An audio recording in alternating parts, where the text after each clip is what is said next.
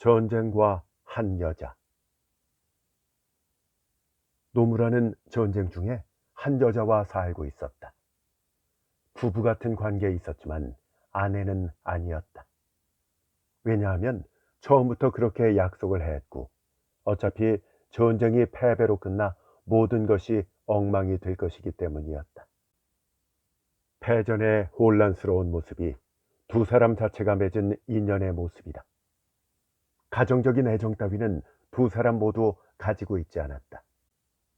여자는 조그만 술집의 주인으로 누군가의 첩이었는데 타고난 음탕함 때문에 조금이라도 마음에 들면 어떤 손님과도 관계를 맺는 여자였다. 이 여자의 장점이라고 한다면 억척스럽게 돈을 벌겠다는 마음이 없다는 점이다. 술을 손에 넣기 어려워져서 영업이 곤란해지자 깨끗하게 술집을 그만두고 노무라와 동거를 시작한 것이었다. 여자는 누군가와 함께 살 필요가 있었는데 노무라가 혼자였기 때문에 당신과 같이 살까? 라고 말했더니 그래, 어차피 전쟁으로 엉망이 되어버릴 테니까 그럼 지금부터 엉망이 돼서 전쟁의 엉망과 연결을 짓도록 할까? 라고 웃으면서 대답했다. 왜냐하면 어차피 여자는 노무라와 동거를 시작한 후에도 때때로 누군가와 관계를 맺을 것이라고 노무라는 믿어 의심치 않았기 때문이다. 싫어지면 나가도 돼. 노무라는 처음부터 이렇게 말하고 그 여자를 맞아들인 것이었다. 여자는 육역에서 생활한 적이 있었기 때문에 육체에 정상적인 애정의 기쁨이 없었다. 따라서 이 여자와의 동거에 남자로서는 거기에 가장 큰 불만이 있을 테지만 정조관념이 없다는 것도 보기에 따라서는 신선한 것이다. 그것과 아울러서 가정적인 어두움이 없다는 점이 노무라는 마음에 들었다. 유희의 상대로 그 유희에는 마지막 만족이 결여되어 있지만 어쨌든 늘 유희적인 관계에 있는 것만으로도 없는 것보다는 나을지도 모르겠다고 노무라는 생각했던 것이다. 전쟁 중이 아니었다면 같이 살 마음은 들지 않았을 것이다. 어차피 모든 것이 파괴될 것이다. 살아남아도 노예가 될 것이라고 생각했기 때문에 가정을 건설하겠다는 마음은 없었다. 여자는 쾌감을 느끼지 못했지만 이 남자에게서 저 남자에게로 관계를 맺고 싶어 했다. 창기라는 생활에서 온 습성도 있었을 테지만 타고난 성격이 유달리 음탕했기 때문에 유욕과 식욕이 같은 상태여서 갈증을 달래듯이 다른 남자의 살갗을 갈구했다. 유녀에서 빼내 첩으로 삼을 만큼의 용모는 있었고 사지가 아름답고 전신의 살도 맵시가 있었다. 그랬기에 알몸이 되면 매력이 있었다. 묘하게 식욕을 자극하는 육체였다. 따라서 여자가 만약 정상적인 애정의 기쁨을 느꼈다면 수많은 남자들이 빠져들었을 테지만 깊이 빠져든 남자는 단 한 사람도 없었다. 남자를 빠지게 하는 마지막 것이 결여되어 있었던 것이다. 손님 중에는 상당히 빠져서 접근하는 남자도 있었지만 여자와 교섭이 이루어지고 나면 오히려 열이 식어버리는 것은 그 때문이었다. 여자는 또 끈적한 교섭을 싫어하는 성격이었기 때문에 그 편이 오히려 마음에 들었다. 뜨거운 사랑을 받은 적이 없고 한순간 귀여움을 받는 것이 전부인 자신의 숙명을 기뻐했으며 기질적으로도 음탕했지만 질척함은 없었다. 아담하고 마른 듯하지만 묘하게 몸매가 좋고 둔감한 듯하지만 묘하게 민활한 움직임을 보이는 여자의 알몸이 주는 매력은 정말 질리지가 않았다. 정감을 자극하는 싱싱함이 넘쳐 흐르고 있었다. 그러나 참된 기쁨을 드러내지 않았기 때문에 영혼이 빠져나간 빈 껍데기 같았지만 함께 살아보니 또 다른 기쁨도 얼마간은 있었다. 여자가 쾌감을 드러내지 않기에 노무라도 냉정해져서 그는 육감의 직접적인 만족보다 여자의 지체를 여러 가지로 움직여서 그 묘한 싱싱함을 즐기는 기쁨을 발견해냈다. 여자는 쾌감이 없었기 때문에 결국에는 귀찮아하기도 하고 화를 내기도 했다. 노무라도 웃음을 터뜨려 버리곤 했다. 그런 여자였기 때문에 세상의 평범한 부인들처럼 얌전을 떠는 것도 싫었지만 배급품을 받기 위한 행렬 같은 건 더 없기 싫었기에, 그렇게 커다란 돈을 가지고 있는 것도 아니었지만 기세 좋게 암시장에 물건을 사다가 맛난 음식을 한껏 차려주었다. 음식을 만드는 일만은 싫어하지 않았고 여러 종류의 음식을 늘어놓아 노무라가 기뻐하며 먹는 모습을 기분 좋다는 듯이 바라보았다. 그런 기질이 사랑스럽게 여겨져서 바람기만 없다면 내게는 참 좋은 아내일 텐데 라고 노무라는 생각하곤 했다. 전쟁이 끝나면 저를 내쫓을 건가요? 내가 내쫓는 게 아니겠지. 좋든 싫든 전쟁이 쫓아내버리고 말 거야. 목숨조차 요즘 같은 공습이라면 그렇게 오래 붙어 있을 것 같지 않고 말이야. 저 요즘에 사람이 바뀐 것 같은 기분이 들어요. 아내로 사는 생활에 몸이 익었달까요? 아주 즐거워요. 여자는 솔직했다. 노무라는 웃음을 지었지만 여자가 깨닫지 못한 일의 정체를 설명해 주지는 않았다. 그리고 여자의 사랑스러움을 즐겼다. 아내로 사는 생활이 몸에 익었다면 육체적 즐거움도 느껴주었으면 좋겠는데. 노무라가 농담처럼 웃으며 무심코 말했지만 여자는 표정이 바뀌어버리고 말았다. 표정이 바뀌더니 여자는 결국 홀짝홀짝 울기 시작했다. 저 좋지 않은 말을 너무 지나치게 했네. 미안해. 용서해줘. 하지만 여자는 화가 난 것이 아니었다. 여자는 울면서 눈물이 맺힌 눈으로 노무라를 넋이 빠진 사람처럼 바라보며 기도하듯이 속삭였다. 용서해 주세요. 저의 과거가 나빴던 거예요. 죄송해요. 정말로 죄송해요. 여자는 노무라의 무릎 위에 엎드려 울기 시작했다. 노무라는 그 가련함에 견디지 못하고 훌쩍이는 여자에게 입맞춤을 했다. 눈물처럼 입도 젖어서 그 감촉이 신선했다. 노무라는 정감을 참지 못하고 여자를 안았다. 여자는 울며 몸부림치며 솟아오르는 감격을 나타냈고 등이 아플 정도로 노무라를 끌어안은 채 떨어지지 않았다. 그러나 육체 자체의 참된 감동과 기쁨은 역시 결여되어 있었다. 노무라는 마음속으로 절망의 한숨을 내쉬었지만 그것을 여자에게는 보이지 않으려고 노력했다. 하지만 여자는 그것을 눈치채고 있었다. 왜냐하면 흥분이 가라앉은 여자의 눈에 증오가 번뜩이며 흐른 것을 노무라는 놓치지 않았기 때문이다. 며칠 뒤 노무라가 사는 동네에 사방 십리 부근이 불바다로 변한 밤이 왔다. 누가 뭐래도 공장지대였기 때문에 드르륵하는 소위탄이 쏟아져 내렸고 거기에 폭탄이 뒤섞여 있었다. 사방이 불바다가 되었다. 앞의 도로를 피난민들이 엎치락뒤치락하며 흘러가고 있었다. 우리도 피난을 갈까? 네. 하지만 여자의 얼굴에는 망설이는 듯한 그늘이 있었다. 불을 끌 수 있을 때까지 꺼주세요. 당신 죽는 거 무서워요? 어, 죽고 싶지는 않아. 드르륵 폭탄이 떨어질 때면 심장이 멎는 것 같아. 저도 그래요. 하지만 당신... 여자의 얼굴에 필사의 것이 흘렀다. 전혀 이 집을 타게 두고 싶지 않아요. 이 당신의 집, 그리고 나의 집이잖아요. 이 집을 타지 않게 해주세요.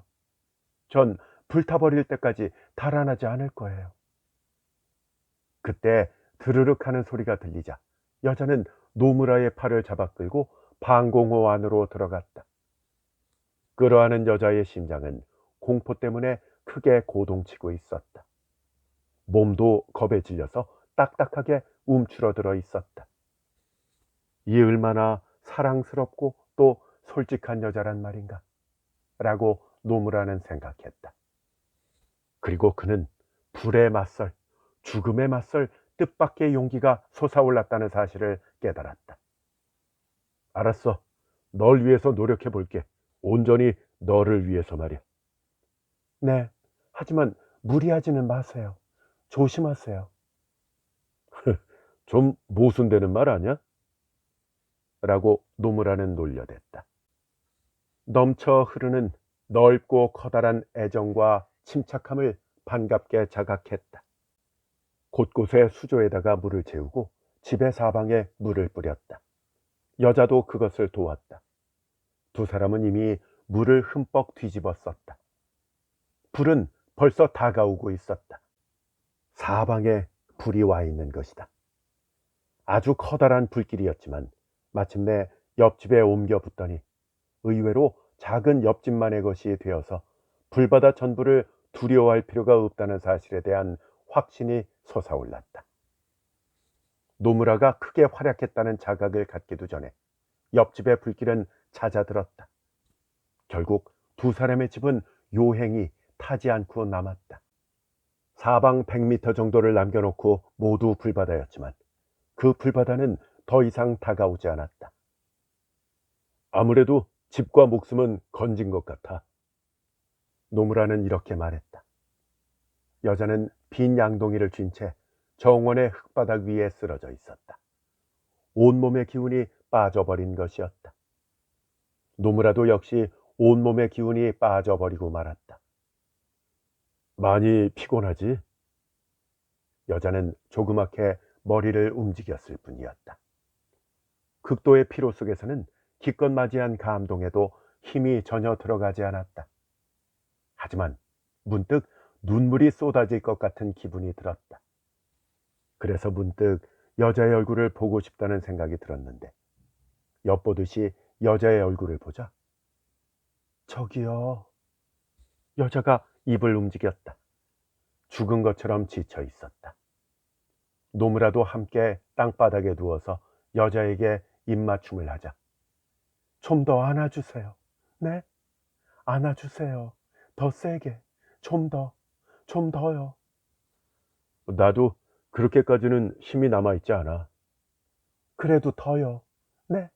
저 당신을 사랑하고 있어요. 저 이제 깨달았다고요. 하지만 저의 몸, 어째서 내 몸은 이 모양인 걸까요? 여자가 폭발하듯이 흐느껴 울었다. 노무라가 여자를 애무하려 하자. 아니요, 싫어요. 싫다고요. 저 당신한테 미안해요. 저 죽을 걸 그랬나 봐요. 맞아요. 우리 죽는 게 나을 뻔했다고요. 하지만 노무라는 그다지 감동하지 않았다. 감동을 하기는 했지만 그와는 반대되는 차가운 것도 가지고 있었던 것이다. 언제나 일시적으로만 흥분하고 감동하는 여자였다. 오늘의 여자는 사랑스러웠다. 하지만 바람기 있는 본성만은 어떻게 해볼 수 있는 여자가 아니었다. 여자는 본능적으로 유희에 한없이 집착하며 추구하는 성격을 가지고 있었다. 도박을 좋아했다. 댄스를 좋아했다. 그리고 여행을 좋아했다. 하지만 공습에 갇혀 생각대로 행동할 수 없었기 때문에 자전거 연습을 시작했다. 노무라도 함께 자전거를 탔고 둘이서 2시간 정도 산책을 했다. 그것은 틀림없이 재미가 있었다. 교통기관이 극도로 파괴돼서 보행이 중요한 교통기관이었기 때문에 자전거의 속력조차 신선했으며 죽음의 모습을 띤 채 불에 탄 거리에서 묘하게 생기가 느껴졌다. 요즘에는 상상조차 하기 힘든 이야기지만 차를 한 잔 마실 가게도 없고 상품을 파는 상점도 없고 유희가 없는 것이 이미 자연스러운 상태 속에서는 자전거를 타는 것만으로도 충분한 즐거움이 되었다. 여자는 흥분과 피로를 좋아했기 때문에 자전거가 한층 더 즐거웠고, 두 사람은 멀리 떨어진 동네의 책 대여점에서 책을 찾아가지고 왔다. 그렇게 빌린 책이 이미 수백 권에 이르러서 전쟁이 끝나면 나도 책 대여점을 차릴까 하고 여자가 말할 정도가 되었다. 노무라에게는 내일에 대한 공상이 없었다. 전쟁 후에 대한 설계 따위는 아무것도 없었던 것이다.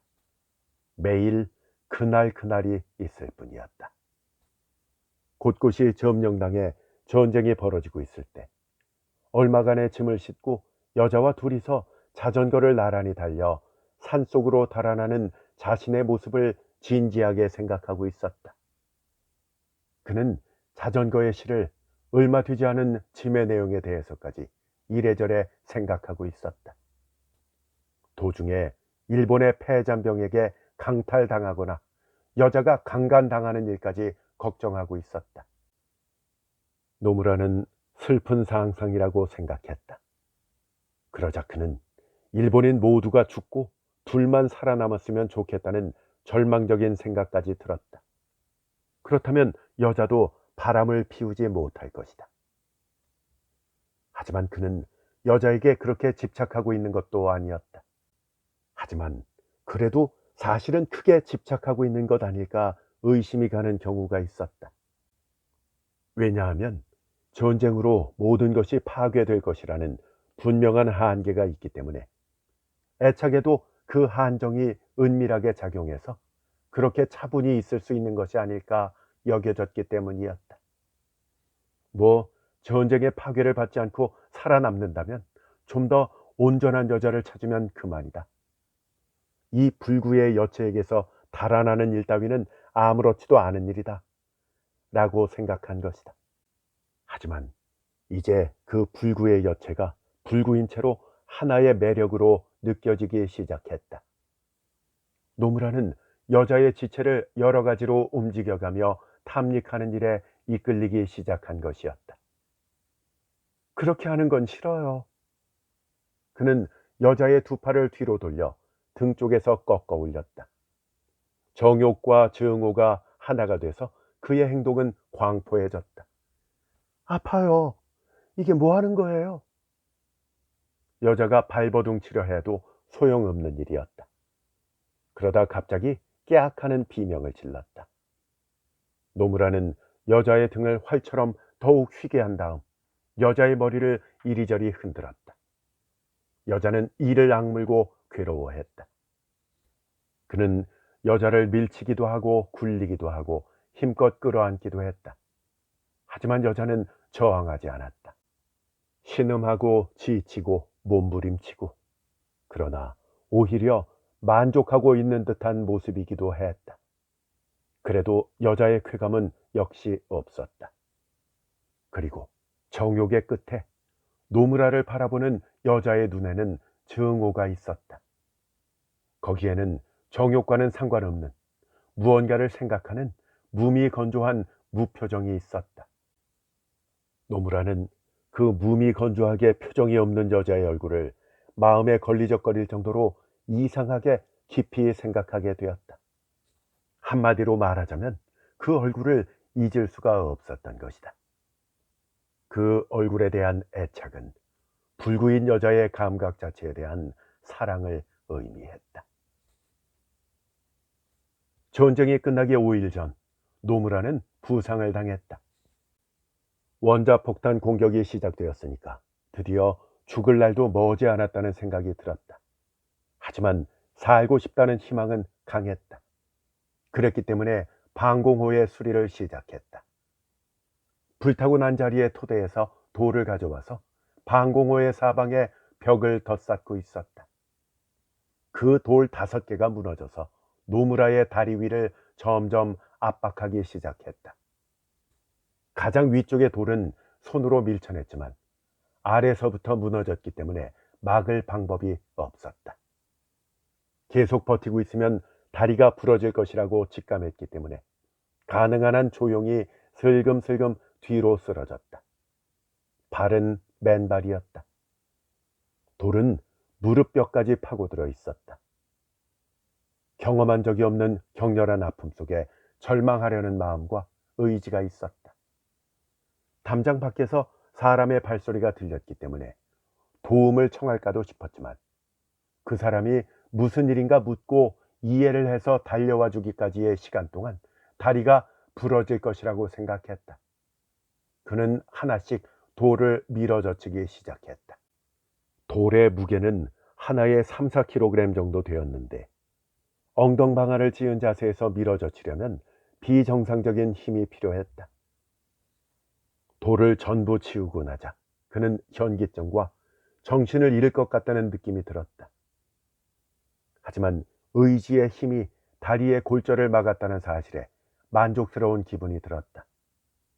그와 동시에 보행이 자유스럽지 못해서 전쟁으로 목숨을 잃을 때가 더욱 가까워졌다는 생각도 들었다. 그리고 비로소 여자를 불렀다. 그리고 손수레에 실려 병원으로 갔다. 종전일, 아직 걸을 수가 없었다. 살아서 전쟁의 끝을 볼 줄이야. 상처의 고통이 생생했기에 그 생각은 강했다. 하지만 드디어 이 여자와는 작별이구나. 아마도 이 상처가 낫기 전에 여자는 어딘가로 가버릴 것이다 라고 생각했다. 하지만 그것은 그다지 강렬한 감정을 수반하지는 않았다. 전쟁이 끝났어. 그게 무슨 말이에요? 여자는 라디오 방송을 잘 알아듣지 못한 모양이었다. 전쟁이 허무하게 끝나버렸다고. 나도 드디어 목숨을 잃을 때가 다가왔구나 하고 정말로 각오를 하고 있었는데 살아서 전쟁의 끝을 맞이하게 됐네. 네 감상은 어때? 정말 한심했어요. 여자는 한동안 알 수 없는 표정을 지었다. 아마 여자도 두 사람의 별리에 대해서 직감한 바가 있었던 것이라고 노무라는 생각했다. 정말로 전쟁이 끝난 건가요? 정말이야. 과연 그럴까요? 여자는 자리에서 일어나 옆집으로 물어보러 갔다. 1시간쯤이나 이 집 저 집 이웃들과 이야기를 나누다가 돌아와서는 우리 온천에 가요. 내가 걸을 수가 없으니까 그렇게 할 수 없는 거 잘 알잖아. 일본은 이제 어떻게 되는 걸까요? 그걸 낸들 알겠어? 어떻게 되든 상관없어요. 어차피 잿더미인걸요 뭐. 저 맛있는 홍차 어때요? 홍차? 좋지. 그러자 여자는 홍차를 타서 가지고 왔다. 노무라가 일어서려고 하자 먹여드릴 테니까 그냥 누워 계세요. 자, 드세요. 아이, 이런 건 싫어. 어린아이처럼 반 숟가락씩 빨아먹으면 이게 맛이 있겠어? 아니요, 이렇게 드셔야 될 거예요. 이렇게 안 드시면 정말 버려버릴 거예요. 아이고, 고집 좀 그만 부려. 응? 병에 걸렸고 거기에다 전쟁에서 졌기 때문에 듬뿍 사랑을 해드리는 거예요. 사랑받는 거 싫으세요? 여자는 홍차를 입에 머금어 노무라의 입으로 옮겼다. 자, 이번에는 당신이 저를 먹여주세요. 자, 일어나요. 어서. 아, 싫어. 일어났다 누웠다. 귀찮다고. 그래도 부탁이니까. 자, 당신의 입으로요. 여자는 누워서 멍하니 입을 벌리고 있었다. 여자는 소량의 홍차를 아끼듯이 마시고 입 주위를 핥았다. 황홀하다는 듯이 웃고 있었다. 저기요, 이 홍차에 청산가리가 들어있었다면 우린 벌써 죽었겠지요? 그런 끔찍한 말은 제발 하지 말아줘. 괜찮아요. 넣지 않았으니까요. 전 말이죠. 죽을 때 흉내를 내보고 싶었던 거예요. 이번 전쟁의 최고 책임자였던 도조 대장은 죽을 테지만 너까지 죽을 필요는 없을 거야. 당신 공습에 불을 끝날 밤 기억하고 계세요? 그럼 기억나지. 저 그때 정말로 함께 불에 타 죽었으면 좋겠다고 생각했었어요. 하지만 정신없이 불을 껐지요. 생각대로는 되지 않는 법인가 봐요. 죽고 싶지 않은 사람이 몇만 명이나 죽었는데 전 살아봐야 아무런 희망도 없어요. 잠에 들 때면 눈이 떠지지 않으면 좋을 텐데 라고 생각하거든요. 노무라는 여자의 마음을 알 수가 없었다. 하고 있는 말에 진실이 담겨 있는 것인지 전혀 짐작도 할 수가 없었다. 어떤 이유에선지 그는 그저 여자와의 격렬한 유희 뒤에 보이는 여자의 무미건조하고 무표정한 얼굴을 떠올리고 있었다. 그때 무표정한 얼굴로 무엇을 생각하는 건지 묻지 않을 수가 없게 되었다. 너는 그럴 때 무미건조하고 무표정한 얼굴을 하잖아. 날 증오하는 빛이 눈을 스치고 지날 때도 있어.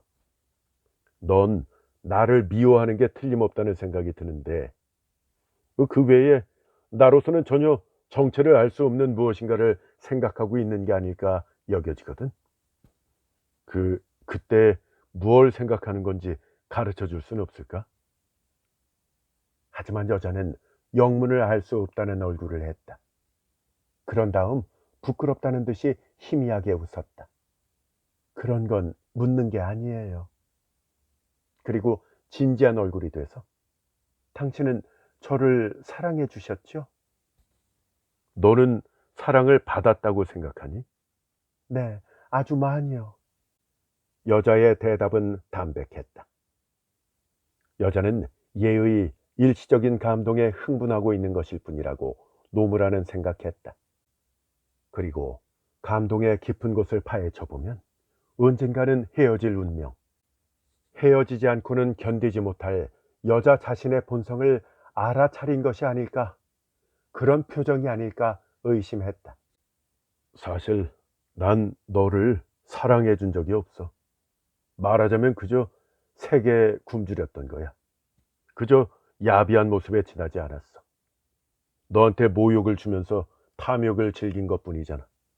네가 그걸 모를 리가 없을 텐데. 그가 내뱉듯이 말했다. 하지만 인간이란 그게 전부예요. 그걸로 충분해요.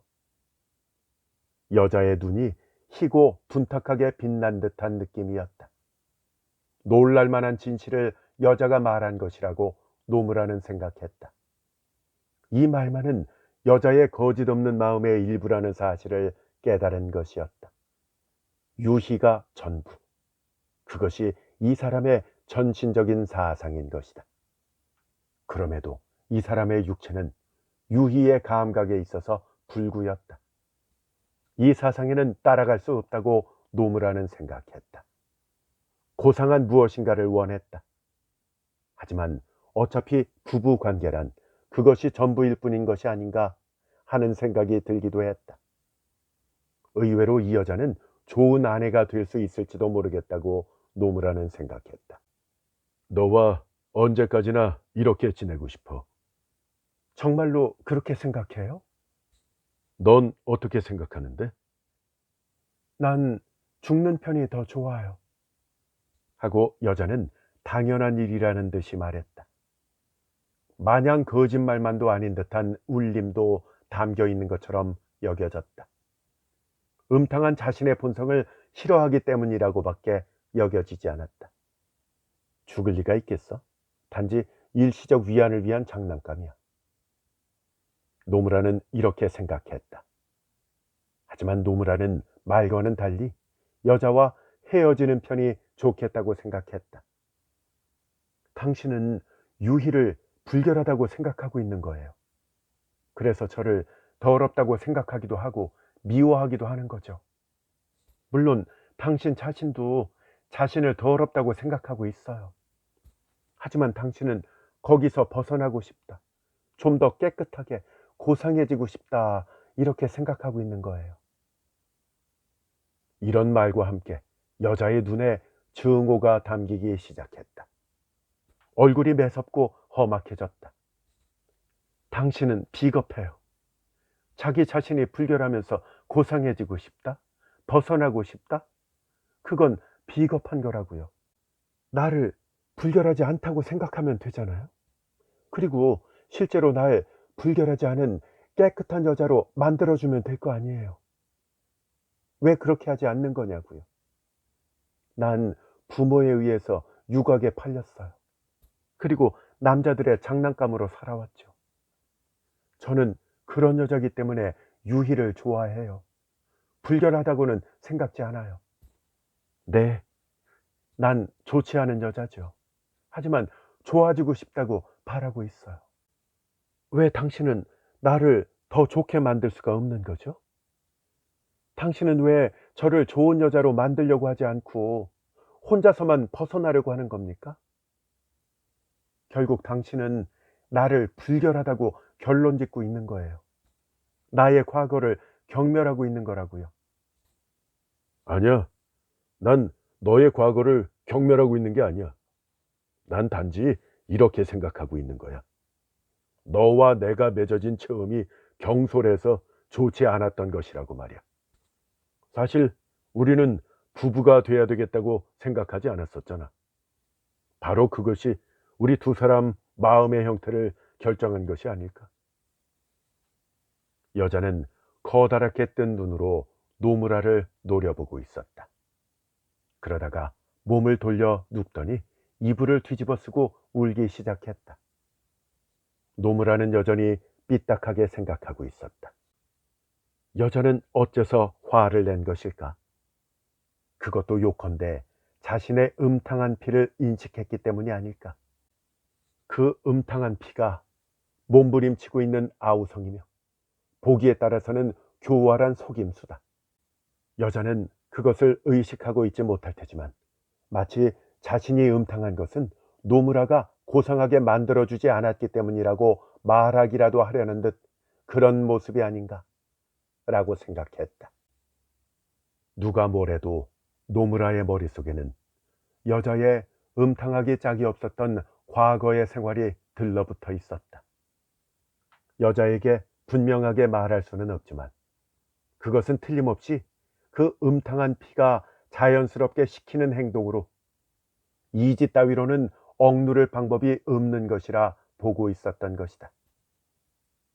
전쟁은 끝이 났다. 전쟁 동안만의 애정이라는 생각은 두 사람의 머릿속에 깊이 새겨져 있었다. 전쟁이 끝나는 날까지 라는 말은 두 사람이 매일 주고받은 암시적 말이었다. 그리고 말 따위는 미치지도 못할 애정 자체의 의지이기까지 했다. 바로 그 전쟁이 끝난 것이다. 여자는 정말로 같이 살 마음이 있는 걸까? 라고 생각을 해보아도 노무라는 믿고 싶은 마음이 들지 않았다. 음탕한 피가 공습경보에 정신이 팔려 있었지만 그 공습도 사라질 것이며 밤의 밝은 시간도 부활하고 여러 가지 유희도 부활할 터였다. 여자의 피가 음탕하게 미쳐 날뛰기 시작하는 것도 아주 짧은 시간의 문제일 것이다. 막으려 한들 막을 수 있을까? 고상하게 하려 한들 고상해질까? 총전을 맞고 보니 각오는 정해진 듯 했다. 그건 여자도 마찬가지다. 자신에게 덤벼든 여자는 두 사람의 애정이 영원히 지속되기를 바라는 것처럼 말했지만 보기에 따라서는 자신보다 더 적극적으로 이미 두 사람의 파탄을 위한 공작에 첫걸음을 뗀 것이라고 노무라는 생각했다. 여자란 언제든 착한 사람이 되고 싶어하는 법이다. 자신의 미명을 준비해두고 싶어하는 법이다. 라면서 갑자기 증오심까지 솟아올랐다. 여자는 하룻밤의 여행이라도 온 것 같은 가벼움으로 왔지만 나갈 때는 그럴 수 없는 법인 걸까? 아니, 한동안 음탕함을 잊고 만날 수 있는 남자가 달리 없었기 때문에 지금은 이런 식이지만 머지않아 나를 질리게 만들 것은 불을 보듯 뻔한 일이다. 라고 노무라는 점점 좋지 않은 쪽으로 생각했다.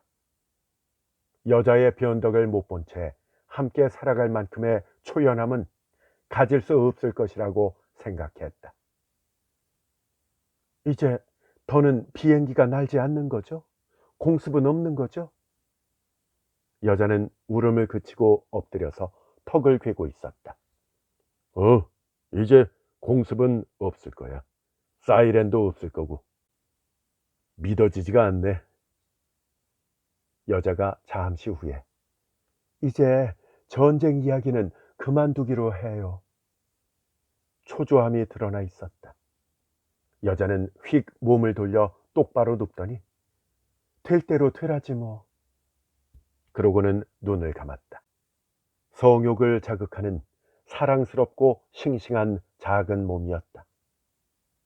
전쟁이 끝났구나 하고 노무라는 여자의 지체를 탐욕스럽게 바라보며 점점 더 차갑게 맑아진다는 듯이 계속 생각에 잠겼다.